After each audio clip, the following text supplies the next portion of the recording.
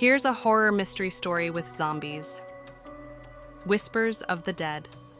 The town of Black Hollow had always been a quiet place, nestled deep in the woods, far from the chaos of the outside world.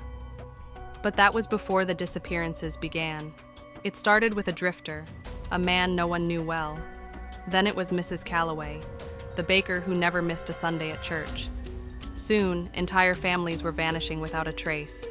The sheriff, a weary man named Elias Grayson, found no clues.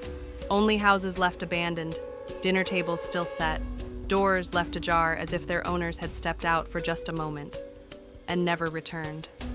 Then came the whispers. People reported hearing voices in the dead of night, soft murmurs outside their windows calling their names. Elias dismissed them as paranoia until he heard them himself. One night, he awoke to his own name being spoken in a voice he hadn't heard in years, his father's voice. But his father had been dead for over a decade.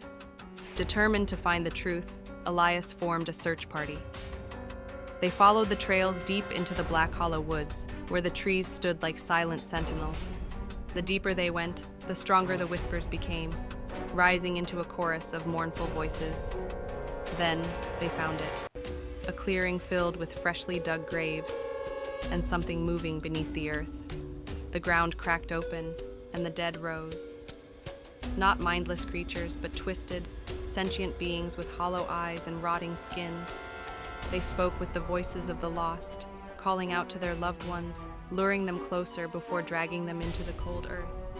Elias and his men ran, but not all made it back.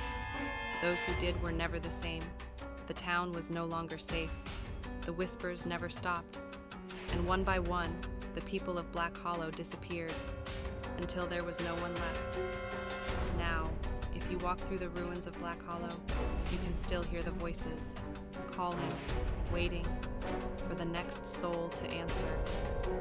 Do you want me to expand on any part of the story?